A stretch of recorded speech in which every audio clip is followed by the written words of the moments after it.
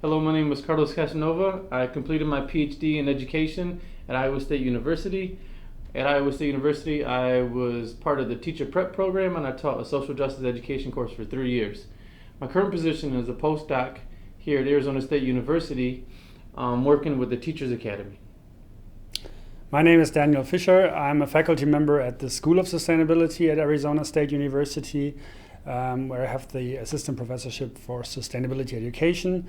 I've been a trained teacher myself, worked with teachers over the past 10 years, and I'm also a co-speaker of the German-speaking network of teacher education for sustainable development.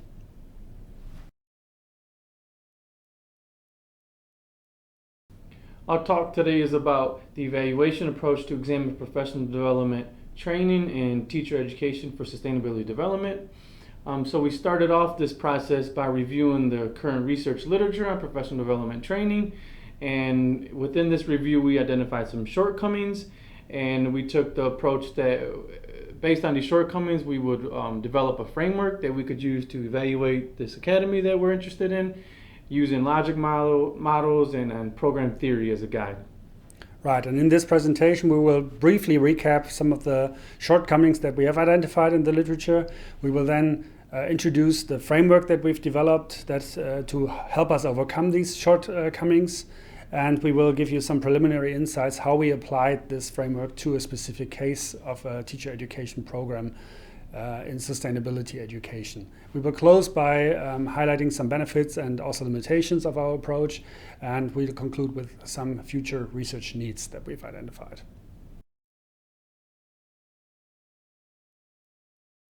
Our review of the literature found that current practices in teacher education for sustainability development is limited in its ability to provide comprehensive insight into how models of professional development work, because most of them use pre and post test. They tend to not focus on connecting activities or connecting inputs related to program activities and the connection between the outputs and certain types of changes that the program intends or anticipates to achieve. And in addition to that, the professional developments tend to not focus on the program facilitators and participants' expectations and intentions. In addition to that, the literature found that these approaches tend to use a single type of data source, such as interviews, survey data, and they tend to be a one-shot approach, focusing only on single cases, and they do not focus on a longitudinal examination of the professional development.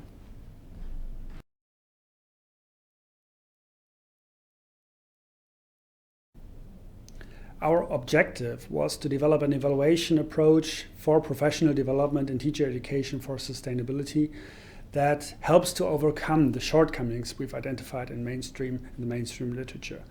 So the question we were basically asking is, how can an evaluation framework look like that allows us to first develop a deeper understanding of the program mechanisms, second, is self-critical and helps us to incorporate multiple sources of data that also adequately reflect the role of intentions and expectations, and third, explore a program in the way that it organically evolves over time, so that allows us to capture impacts of a program across different cohorts over time.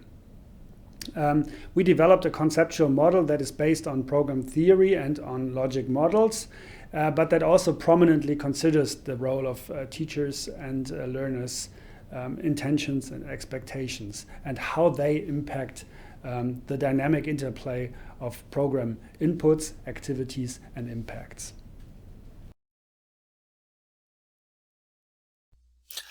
The primary reference for the development of our evaluation framework was a logic model that distinguishes between 5 core components of an evaluation. The first is the resources or the inputs that go into a particular activity, the second component of an evaluation framework. These activities are expected to produce particular outputs that then lead to certain outcomes, which are changes in the target group. These outcomes eventually are supposed to produce a particular impact. The second major reference in the development of our evaluation framework was empirical evidence suggesting that intentions, expectations, and motivations of instructors and learners can have a significant impact on the effectiveness of professional development programs in teacher education. This is why we added them as a second layer to our logic model. We were particularly interested how these intentions and expectations impact the causal mechanisms of the teacher education program.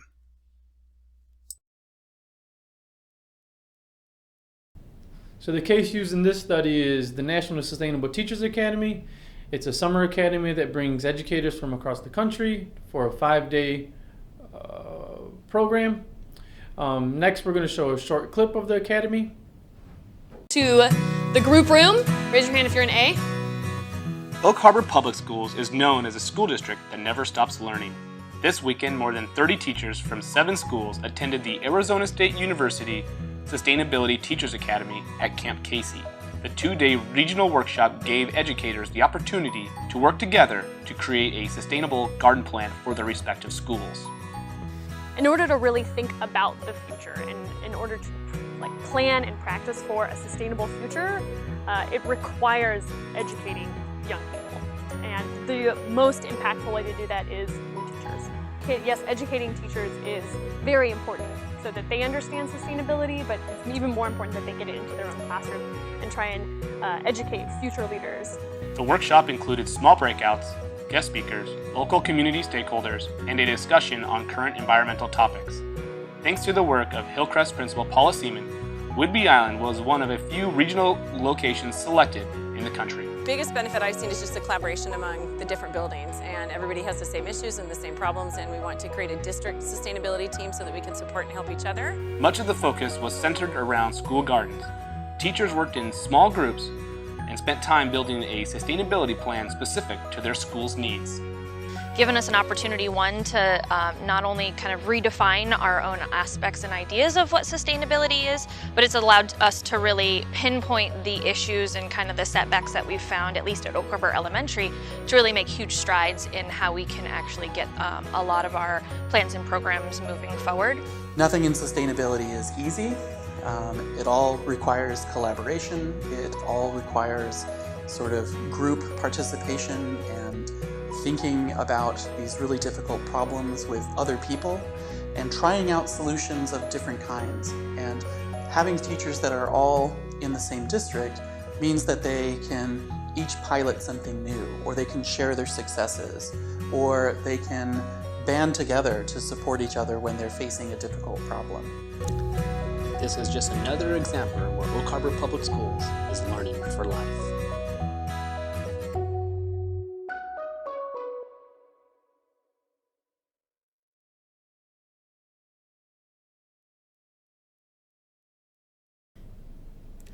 So we are now going to show you how we applied the framework that we have presented before to the specific case of the National Sustainability Teachers Academy. And we also want to show you how this approach has helped us to address some of the shortcomings that we have talked about previously. So the first step that we did was a rich description of the document analysis. So for the 5 years of the academy that has already been completed, within the 5 years, there's multiple versions within these years. And so for each year, I selected one version and I analyzed the agendas, I reviewed the flyers, and most of the time was focused on the lessons. And when I analyzed these lessons, I looked and focused on the duration that the lesson took, whether it was 20 minutes, 15 minutes, the structure of the lesson, whether it was lecture-based, small group, large group, the sustainability topic that the lesson covered, and focused on the pedagogy used and learning objectives. The detailed analysis of the curriculum materials allowed us to unpack and single out the different activities that the participants engaged in. Each activity was then analyzed further to identify what the main learning objectives of that activity were, or what teaching and learning approach was used. That way, we were able to get a detailed understanding of what the participants' experience of a particular version of the Sustainability Teachers Academy was. That way, we were able to analyze, for example, as you can see on this slide, how the numbers of activities per academy differed. We were also able to analyze how the activities of the early academies, 2015 on the left, and the later academies, 2019 on the right, were less strongly oriented towards action competence and change agency as learning outcomes. Finally, we were also able to analyze how lectures over time were gradually replaced with more group activities. Right, we complemented that data with additional data that we collected through interviews, surveys, and artifacts. So for the interviews, we interviewed both program managers and participants from different years to help surface their intentions, expectations that they've held about this specific academy that they've been involved in. And we also wanted to better understand what they identified as learning outcomes that that resulted from their participation in the academy. We also looked at survey data, so we have questionnaires that were administered pre and post participation in the academy, and we also looked at artifacts, and that is in particular the project reports. So participants had the opportunity to complete a project afterwards in their school, and they were required to send in a documentation of that project, and we made that documentation report subject to our analysis.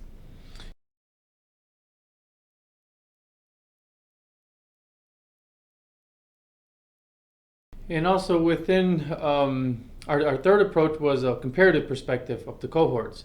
So for each of the cohorts, we selected four participants, two that implemented the program or project and two that didn't implement a project. And also we explored different career levels, so more senior level teachers versus beginning teachers. And the intention and the purpose of the cohort was to explore the different dimensions of the version of the academy that they participated in and see how that influenced or impacted the project that they created, and also knowledge change, behavior change, idea change around sustainability education. A few limitations within our study is, of course, we understand there's resources that you need in order to do a longitudinal study, and we're not saying all professional development evaluations need to be this way, but we do encourage researchers and evaluators to be ambitious with their work and do their best to go beyond the shortcomings that we've recognized and identified in the literature. And in addition to that, we also believe that our approach can help better systematize existing research. So what we can say is as we review research is look at a particular study and say this is one component of our framework that has been used in this study, but also they're missing out on other elements of our framework. And that allows us to have conversations and also have conversations across the research literature.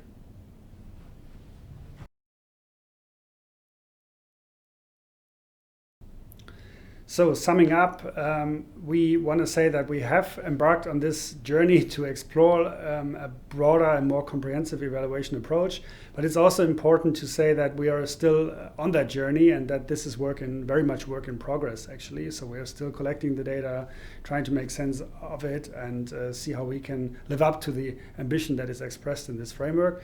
So we would very much appreciate some of your feedback on how we can improve this approach, and maybe if you have made similar experiences, share them with us. That would be of great value to both of us. And thank you for your time, and as Dana said, any feedback and questions are appreciated. Thank you. Bye-bye.